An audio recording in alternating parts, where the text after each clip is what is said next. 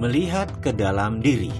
Coba kita merenung sebentar, coba Anda melakukan hal yang biasa disebut dengan istilah inward looking atau melihat ke dalam diri. Bisakah Anda menceritakan bagaimana selama ini uang datang kepada Anda? Bisakah Anda mengenal pola uang datang ke Anda? Ada berapa cara uang datang ke Anda? Mungkin agar lebih cepat saya bantu dengan pertanyaan. Apakah uang Anda diperoleh dengan bekerja, atau diberi orang tua Anda, atau diberi oleh suami, atau diberi oleh pasangan hidup Anda, atau dari hasil usaha sendiri, atau dari dagang, atau dari gaji, atau dari meminta kepada orang lain? Apapun itu. Sewaktu Anda melanjutkan video ini, mungkin ada di antara Anda yang sudah lelah dengan masalah keuangan, sudah capek dengan ketergantungan kepada orang lain, serta sudah tidak bisa lagi mencari cara untuk menutupi semua kewajiban yang terus meningkat setiap bulan, setiap harinya, setiap tahunnya. Dan mungkin Anda setuju bahwa Anda memilih untuk menyudahi masalah finansial ini. Anda memilih bertanggung jawab atas apa yang terjadi di depan Anda. Anda memilih untuk menyetop ketergantungan kepada orang lain. Anda memilih menjadi pribadi yang menang. Anda memilih untuk menjadi bagian dari solusi. Tidak ada yang namanya keunggulan. Yang ada hanyalah pengulangan. Misalnya, sekarang kita bayangkan. Misalnya ya, ini hanya pelajaran untuk memberikan pemahaman terhadap persepsi Anda.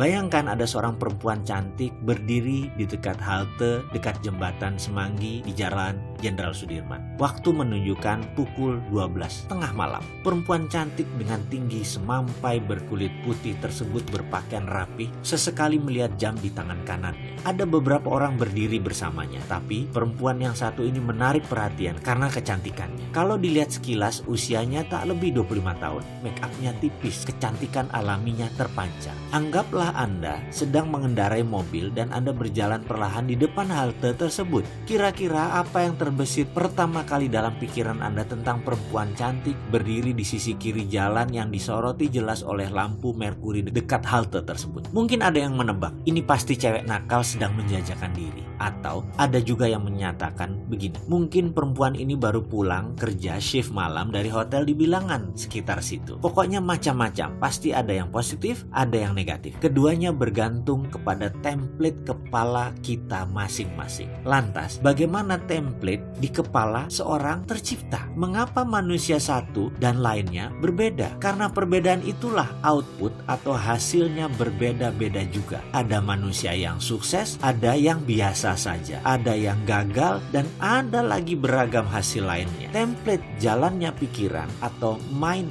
map tercipta karena sesuatu yang berulang-ulang terjadi dalam perjalanan hidupnya. Misalnya seseorang yang membaca koran lampu merah, atau dulu ada namanya pos kota, atau isi berita yang selalu negatif. Walaupun berita-berita tersebut merupakan fakta, tetapi kalau setiap hari dijejali dengan berita maksiat, kriminal, bisa dibayangkan seperti apa template orang yang kira-kira selama 5 tahun kalau dia baca dan yang diperoleh adalah hal-hal seperti itu. Di sisi lain, apa yang terjadi jika seseorang membaca koran, majalah bisnis, buku self-improvement selama 5 tahun? Template seperti apa yang dia miliki? Jika sekiranya kedua orang tersebut berjalan bersama dalam mobil, lalu melihat fenomena wanita cantik tadi, apakah Anda menebak apa isi kepala masing-masing kedua orang itu? Bagaimana? Inginkah mengubah dasar pemikiran Anda? Dalam memutar roda, selalu ada yang memberatkan. Sama halnya dalam melakukan perubahan mindset ini. Maka, selain keyakinan-keyakinan lingkungan yang mempengaruhi, ada juga hal yang harus Anda jaga setelah melakukan perubahan. Jika ini tidak dijaga, Anda akan kembali lagi menjadi diri Anda yang lama. Sebagaimana Anda tahu, pandangan dan reaksi Anda terhadap kejadian dalam hidup ditentukan oleh dasar-dasar pemikiran Anda. Dasar pemikiran tersebut merupakan keyakinan-keyakinan, pendapat-pendapat, dan kesimpulan-kesimpulan yang Anda tarik sebagai masukan dari pengalaman Anda yang Anda terima sejak kecil. Hal-hal tersebut membentuk self-concept. Seberapa Anda yakin tentang diri Anda, inilah filosofi hidup Anda. Semakin kukuh dasar pemikiran tersebut, semakin yakin Anda dengan kebenarannya. Pada akhirnya, dasar inilah yang menjadi pengendali apapun yang Anda lakukan, yang Anda kerjakan, dan yang Anda rasakan. Jika Anda yakin Anda adalah orang yang penuh dengan talenta dan semangat, ramah, populer, sehat, serta memiliki kehidupan yang indah, dasar-dasar pemikiran ini